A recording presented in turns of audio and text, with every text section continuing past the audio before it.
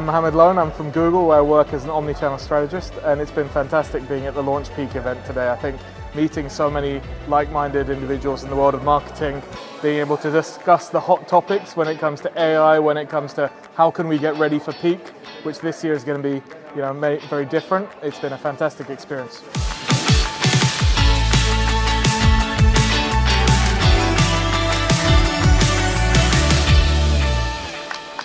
Good morning, everyone. Good morning, everyone. Before I start, I just want to, I think Jay and the team are going to be too humble, so I just want to ask everyone to give a big round of applause to Jay and the Launch Online team for organizing such a wonderful event. I have to say, it's incredible. We ran an event 2 weeks ago, and I know from my own experience how hard it is just to be on time.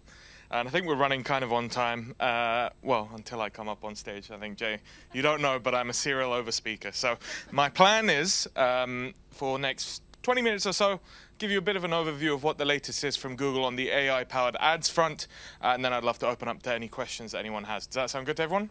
Yeah. Brilliant. Okay. So I've forgotten my clicker, so let me just casually walk over and get that. That was totally natural. Our world is more uncertain than ever. Sounds like the start of a movie trailer, right? You could do it in that voice. But so many things happen. Who would have predicted the pandemic? Who would have predicted what happens after the pandemic? Nothing is predictable as it used to be, it seems, right? And for us as marketers, that means that there are things that we have to be estimating, we have to use our data more than ever, and we have to really project as much as we can using the information we do have. But it does seem that every day things are more and more uncertain. And when we think about how we've dealt with uncertainty in the past, throughout the last 20, 30 years, I personally sometimes just get amazed, because I think I was born in the late 90s, and I think since my birth, we've had the internet, we've had mobile, we've had AI. These three things, if you think about it, I think that'd be fair to say, we've had more developments in the past 30, 40 years than perhaps we had, throughout most of the last millennium, right? It's pretty crazy if you think about it. And it's all come down to viral cat videos and whatnot. That's what we're using it for as humans. But if we really think about it, as someone mentioned earlier, it was, I think, Becky, I think you might have mentioned that, it's like mobile first again. It's almost like that, right? You think sometimes, first it was like, get on the internet. Secondly, it was like, everything needs to be mobile first. And I remember speaking, I was about to say something wrong, but I remember speaking with a colleague of mine who was in Google at that time when they were saying mobile first. And he was saying people didn't believe him at the time. People didn't buy that mobile was the future. But now what's the third shift? It's all about AI. I mentioned this to my nephew, who's a 3-year-old, and I'm talking about AI with my nephew. I told him that I'm coming here and this is what I'm talking about, and he made quite a funny joke that I thought, he made me think of a funny joke, which is, who's the most advanced farmer in the world? Old MacDonald, because he had a farm, A-I-A-I-O. He inspired that joke because I mentioned AI and he thought I was thinking about Old MacDonald. Quick show of hands if you've used AI. I'm looking eagerly for people who have their hands down, but I think we're all good. Okay, right. We've all used AI, right? And one of the things I'm really keen to emphasize here is that I think with the past year especially, when we say AI, when anyone says AI, we think, what do we think? To be honest, we think ChatGPT. Bing Chat, well, that's ChatGPT anyway, isn't it? We think Bard, I have to put that in because I work for Google, of course. But the fact is that AI has always been here. In the past, in the internet age, in the mobile age, AI in some form has always been here. When we think about advertising, AI has fueled all the things that we do within our ads since Google Ads started. And what I'm going to share today is how we can use AI as it is today. How can we leverage it further to empower all of us as marketers, as business owners, as advertisers, for peak specifically. And I'm not going to necessarily go through the recount of what we've discussed, but we all know, right? One of the things that have emerged from the panels today, they're really insightful speakers. Peak is coming earlier. Customers are more up for grabs, and equally they're more harder to retain. And these are the things that we're all going to discuss shortly to talk about how we can use AI to keep on top of all of this. Sound good? Brilliant. I'd be worried if you said no, because then I'd have to redo my presentation. But who's going to do it? So my name is Mohammad. I grew up in Taunton, as Jay said earlier, so about 1 hour down the M5, or well, it was 1 hour 45 minutes as of this morning. So I've been at Google 4 years. I work in the Dublin office. I work with UK clients as an Omnichannel Account Strategist, right? Essentially what that means, I work with businesses who have presence online and offline. Have some clients in Bristol actually as well, which is quite exciting. So I always enjoy coming to Bristol, and I have a quick, I suppose we call it a googly fact, right? I have two actually for today that I want to share with you, just to give an insight into who I am. Firstly, the Volvo S90. Anyone have one? Oh, okay, but it's a lovely Volvo sedan car, right? Saloon car.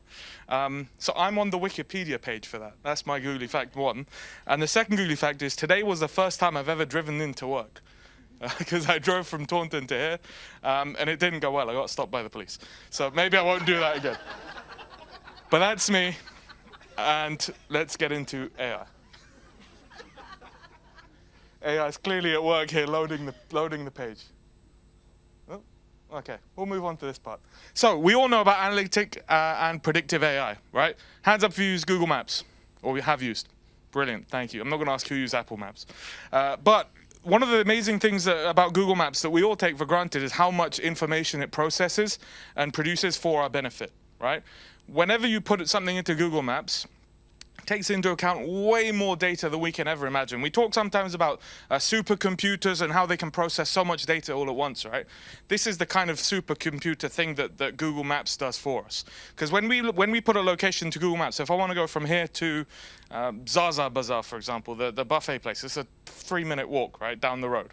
What does Google Maps look into account? It will look into account where I am first, where I want to go, of course. It will look into account what the weather is. It will look into account what the conditions are. If I, for some reason, wanted to drive over there, it will look into traffic. It will look into time of day, all of these factors. And now, going even further, you know, we can see I drove here today and I took the most environmentally efficient route. So many layers and layers of data that are being taken into account for our, you know, consumer product, so to speak, as you could say, right? Because the goal of AI from a Google perspective is to make it helpful for everyone.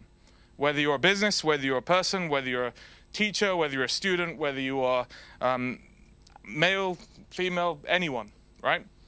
And there are a couple of examples I want to show you that are pretty cool about what we've done recently and what is going to be in your hands very soon, right? This is one, Magic Editor, right? How many times we've been there where a photo just hasn't quite been how we wanted it, right? Maybe our positioning was a bit wrong, maybe someone got in the way or something went wrong, right? It always happens, we get photo bombed on the streets all the time, right? Magic Editor uses generative AI to enable you to really, you know, choose how you want the photo to be, how you would like your ideal image to come out. Get the perfect picture every time. We talk about Google Slides, right? We all work on decks and presentations and whatnot. How many times we have a deck to produce? The hardest part is often getting started, right? Once you get started, you get in the flow of things and you do your job, right? But getting started is often the hardest part, and that's where, again, AI comes in. We can generate bespoke images, we can generate templates, and we can generate thought starters for our slide presentations.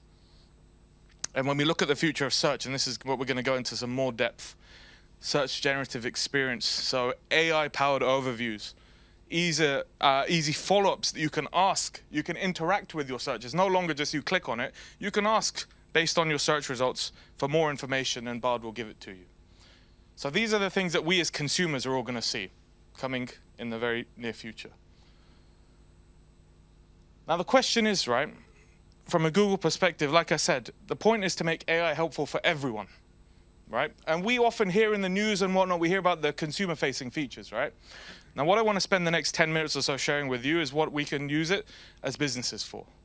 And specifically because we all as businesses interact with everyone, right? We interact with consumers, we interact with regular people. So if we can create an experience using AI that maximizes value for you as businesses, that maximizes value for consumers, gives them what they're looking for, win-win for everyone, yeah? So, one of the key themes is really about how Google can work with you to maximize your marketing efficiency. Google AI is there not to replace what you do, and we'll touch upon this later on, it's about to fall over there. It's there to multiply what you do. And when we talk about results, for example, key thing. We talk about ROIs, we talk about CPAs, we talk about all these acronyms that, ultimately we say so much they become meaningless. It's all about how we can drive growth for businesses.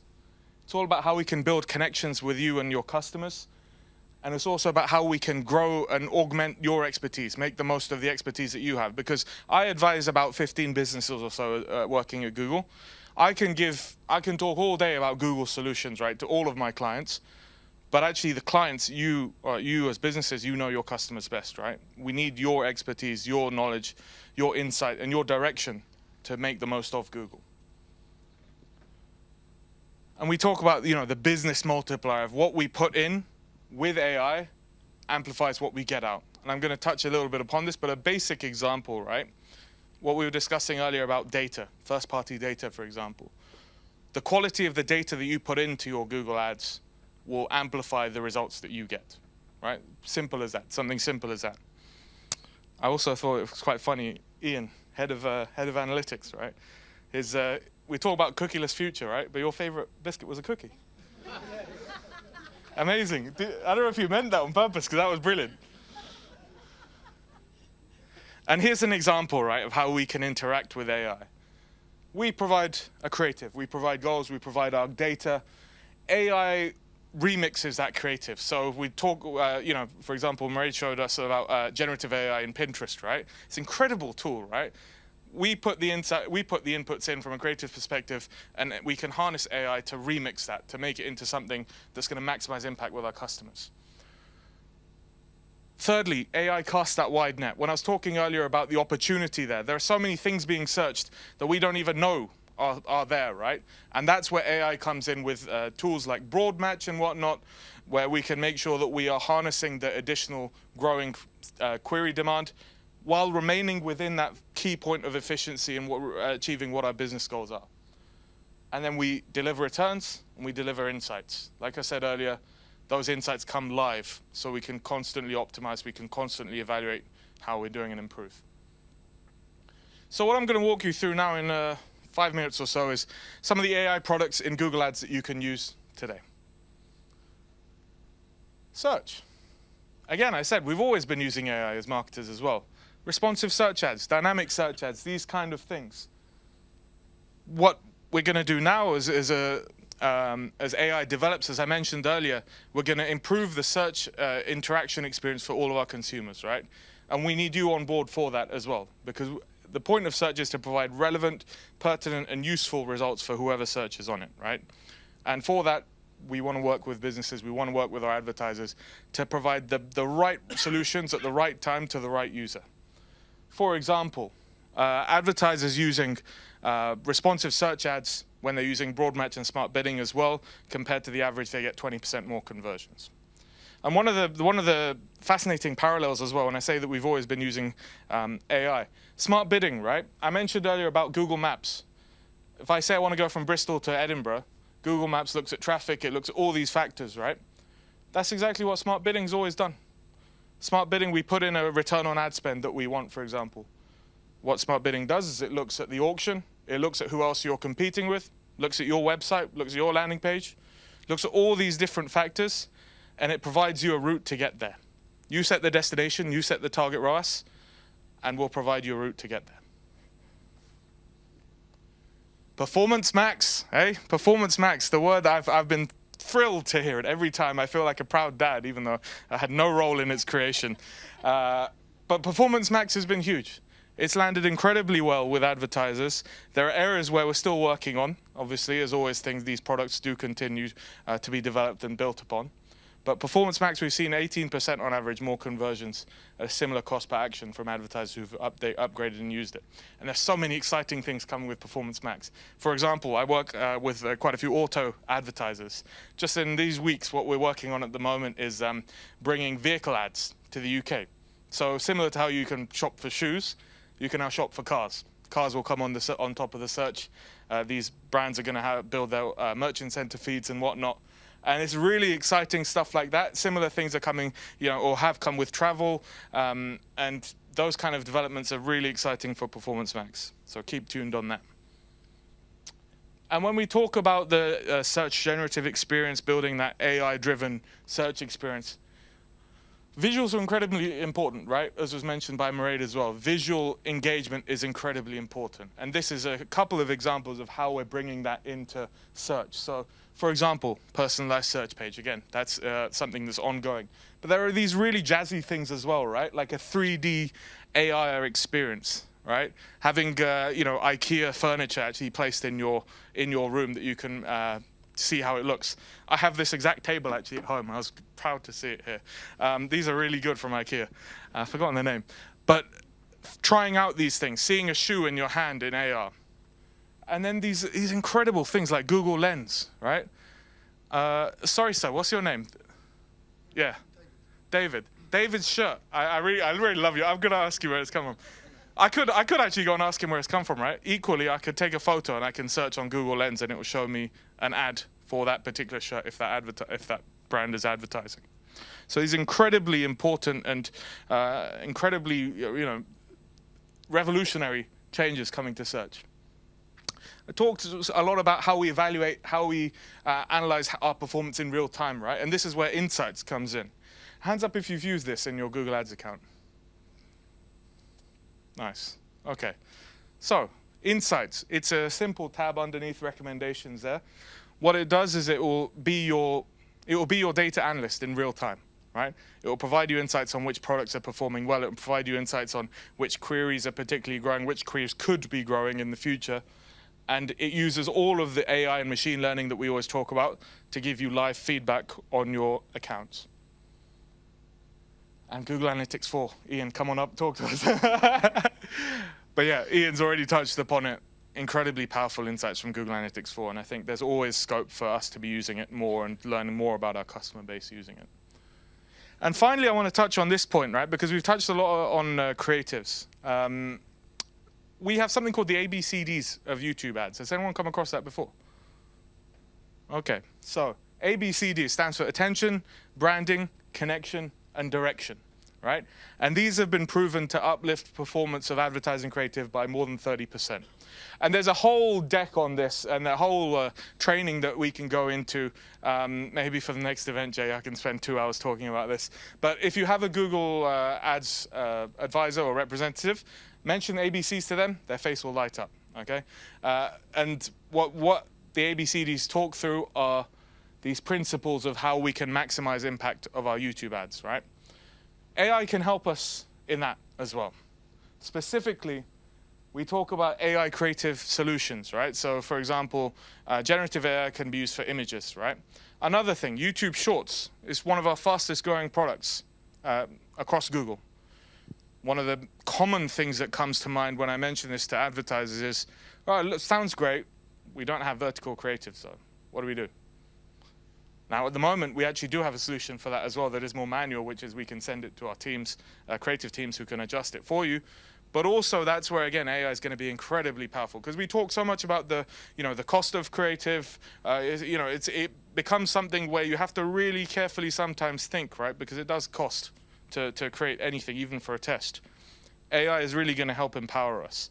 And one of the key things that this indicates is how AI is going to really democratize marketing in many, many ways. It will make things more accessible to many more marketers, to many more brands, and give them real opportunity to let their products shine the most. And there are way more things as well. So, you've got attribution modeling, you've got targeting, you've got text-to-speech, you've got enhanced conversions, as we mentioned. This is just the tip of the iceberg. And one thing I'll give you a teaser on is something called demand gen, which is basically the next generation of discovery campaigns. So again, if you have someone from Google mention demand gen, they will love you for it. But these are just a couple of ideas and examples of how we're leveraging AI. And really, like I said, the key thing that we want to achieve is to use AI to make an impactful experience, a positive experience for customers, for our users, for our businesses who are advertisers as well. There's an open field of possibility. Such an inspiring quote. And it's got grass behind it as well to emphasize that. But I want to close on this one final point, right? Which is, what's the role of AI, right? There are so many things. When smart bidding came in, for example, some people were concerned by it. When Performance Max comes in, oh, I can't see certain levels of reporting. You know, there's challenges there, which I can totally understand on both counts of those, right? But the role of AI really is to enhance what we know, is to enhance what we do. And this is something that you'll hear probably quite a lot over the next few years, maybe, because it's one of the kind of key lines, is that you're not competing with AI. It's not a case of, oh, I can do that instead of AI or this, that, or whatever. You're competing with other people who are going to be using AI as well. Because AI, like I said, is going to democratize so many things when it comes to marketing, when it comes to creative. And really, I think the one key thing I'd love everyone here to take away is how can you use AI? Leverage it. Become an expert in how you can use AI. And from, I know from a launch perspective as well, really, they've mastered so many of these things already. And I think to stay ahead of your competitors, become best friends with AI, because it will help you, and you will help it as well. Thank you, everyone. That's it from me.